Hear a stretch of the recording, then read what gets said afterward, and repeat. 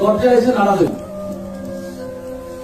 এর জন্য দেখা যায় যারা যারা স্মার্ট ভ্যালু, আমি আমার লাইফে যত মানুষকে দেখেছি, তো স্মার্ট ভ্যালু মিস করার পরে কাউকে আমি দেখিনি কিছু করে দাঁড় করাতে পেরেছে। খারাপ দেখেছি, ভালো দেখিনি, কারণ লজিক নেই না, ভালো হওয়ার কোন লজিক নেই। স্মার্ট ভ্যালুটা ছাড়ার পরে যেই ভালো হওয়ার কোন আমি আজ পর্যন্ত লজিক দেখলাম না। খারাপ হওয়ার অনেক লজিক আছে, দেখি পরে খারাপই হয়। আজকে যেমন আছে আজ থেকে 10 বছর পরে খারাপই হয়। আমরা যখন স্টার্ট করেছিলাম আমাদের উপরে অনেক সিনিয়র ছিল, তো তাদের হোক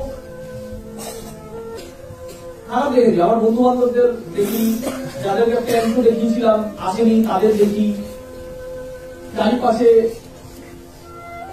দাদা দিদি যারা আছে তাদেরকে দেখেছি, রিলেটিভদের মধ্যে। তো চেনাশোনা যত মানুষকে দেখেছি, অ্যাসোসিয়েটদের দেখেছি, সিনিয়রদের দেখেছি, মানে আমার আগে যারা ছিল স্মার্ট ভ্যালুতে, যাদের সাথে আমাদের চেনা পরিচিত ছিল, যারা স্মার্ট ভ্যালু একসময় ছেড়ে দিচ্ছে, তাদের হোক, আমার নিজের টিমের হোক, ক্রস টিমের হোক, তো কারো লাইফ ভালো দেখবে, কারণ ভালো হবে কি করে? বুঝতে পারছেন কথা? ভালোটা হবে কি করে? হওয়ার কোন জায়গা নেই। কিন্তু ছেড়ে দেয় কেন তাহলে? এরা একটু পাগল, এরা একটু বোকা, এরা একটু মূর্খ, ছেড়ে দেয় কেন? ছেলেটা দেওয়ার কারণই বাকি। কালকে যখন আমি আমার টিমের সাথে কমিউনিকেশন যখন করছিলাম, তখন ওদেরকে আমি জিজ্ঞেস করলাম অ্যাকচুয়ালি প্রবলেমটা কি হয়।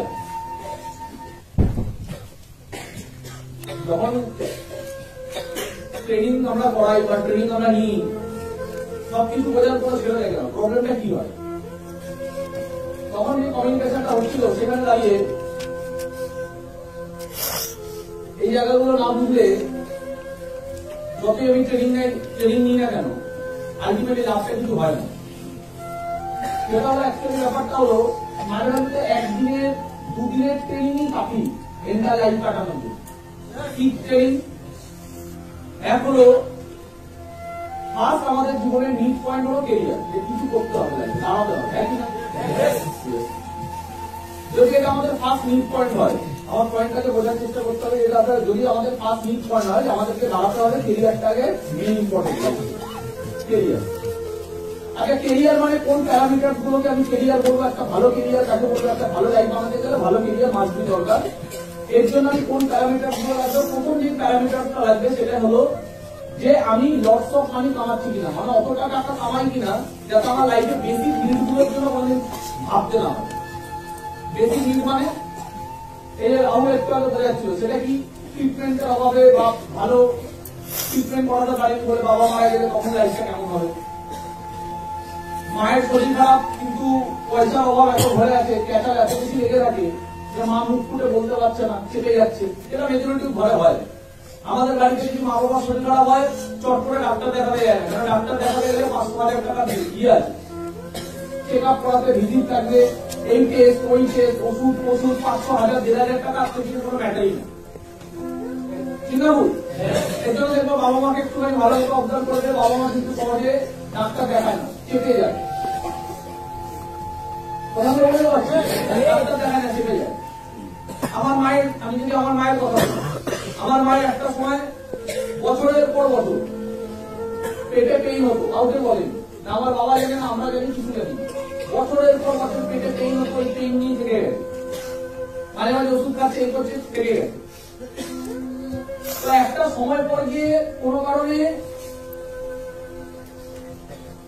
ট্রিটমেন্ট করানো হয়, তারপরে বোঝা গেছে যে তার ভেতরে কত রকমের প্রবলেম, যেগুলো চেপে চেপে চেপে চেপে আরো বেড়েছে। সেটা একটা গরিব ফ্যামিলির কন্ডিশন। এই কিছুদিন আগে রাজুর মায়ের ঘটনা শুনছিলাম, সেম, ওর মারও সেম, চেপে চেপে চেপে চেপে। কেন করে এগুলো? বাবাদেরও তাই করে। কেন করে? কারণ এই 1,500 টাকাটা না বিশাল বড় ম্যাটার। যে কোথাও দেখাতে গেলে 1,500 টাকা খরচা আছে। 1,500 টাকা অনেক বড় জিনিস।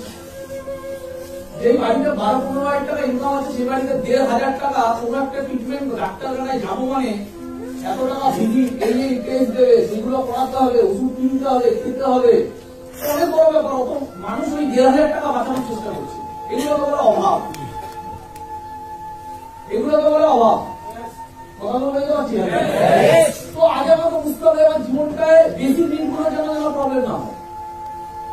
আরো পড়াশোনা নেই, পয়সার অভাব, পড়াশোনা মানুষ ভালো করতে পারে না, পয়সার অভাব, পড়াশোনা করে মাঝপথে ছেড়ে দিচ্ছে পয়সার অভাব, ওখানেও কমপ্লিট করছে না, নর্মাল গ্রাজুয়েশন করে ছেড়ে দিচ্ছে, তারপরে বাবা মা হাত তুলে দিচ্ছে, পয়সার অভাব। হসপিটালে গিয়ে কেমন লাগবে সেই দিনটা, স্মার্ট ভ্যালুর এত বড় ট্রেনিং নিলাম, 10 দিন 20 দিন 30 দিন 40 দিন পরে লোক ছেড়ে দিচ্ছে স্মার্ট ভ্যালু ট্রেনিং পেয়ে। চেতনা জাগেনি, যাদের চেতনা জাগে তারা ওই জীবন কাটাতে পারবে না। কোনদিন বাড়িতে সত্যিকারের শরীর খারাপ হলে মাকে নিয়ে দৌড়াদৌড়ি করা, বাবাকে নিয়ে দৌড়াদৌড়ি করা, নিজের ছোট বাচ্চাকে নিয়ে দৌড়াদৌড়ি করা বা জাতি হোক, হসপিটালের দৌড়াদৌড়ি খুব ডেঞ্জার।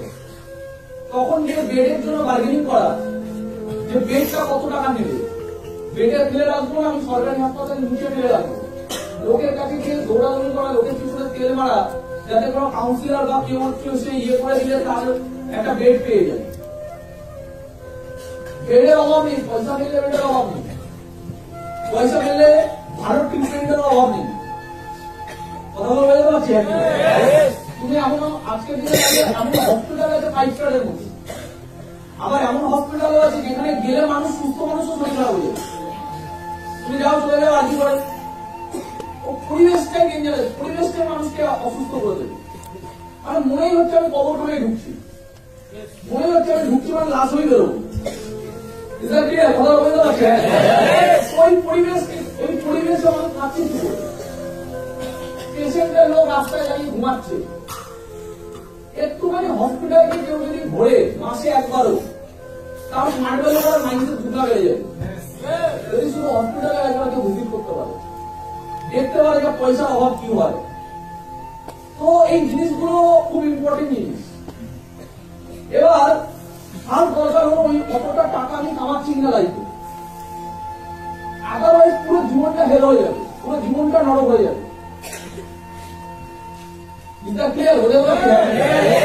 এবার এটা হলো ফার্স্ট, মানিটা হলো ফার্স্ট ইম্পর্টেন্ট, এনাফ মানি কামাচ্ছি কিনা। আমি যদি কোটি টাকার কথা নাও বলি, কোটি টাকা আজকে যদি কোনো ম্যাটার করে না, তাও এনাফ মানি যদি বলি, এনাফ মানি কামাচ্ছি কিনা। এটা হলো ক্যারিয়ারের ফার্স্ট প্যারামিটার।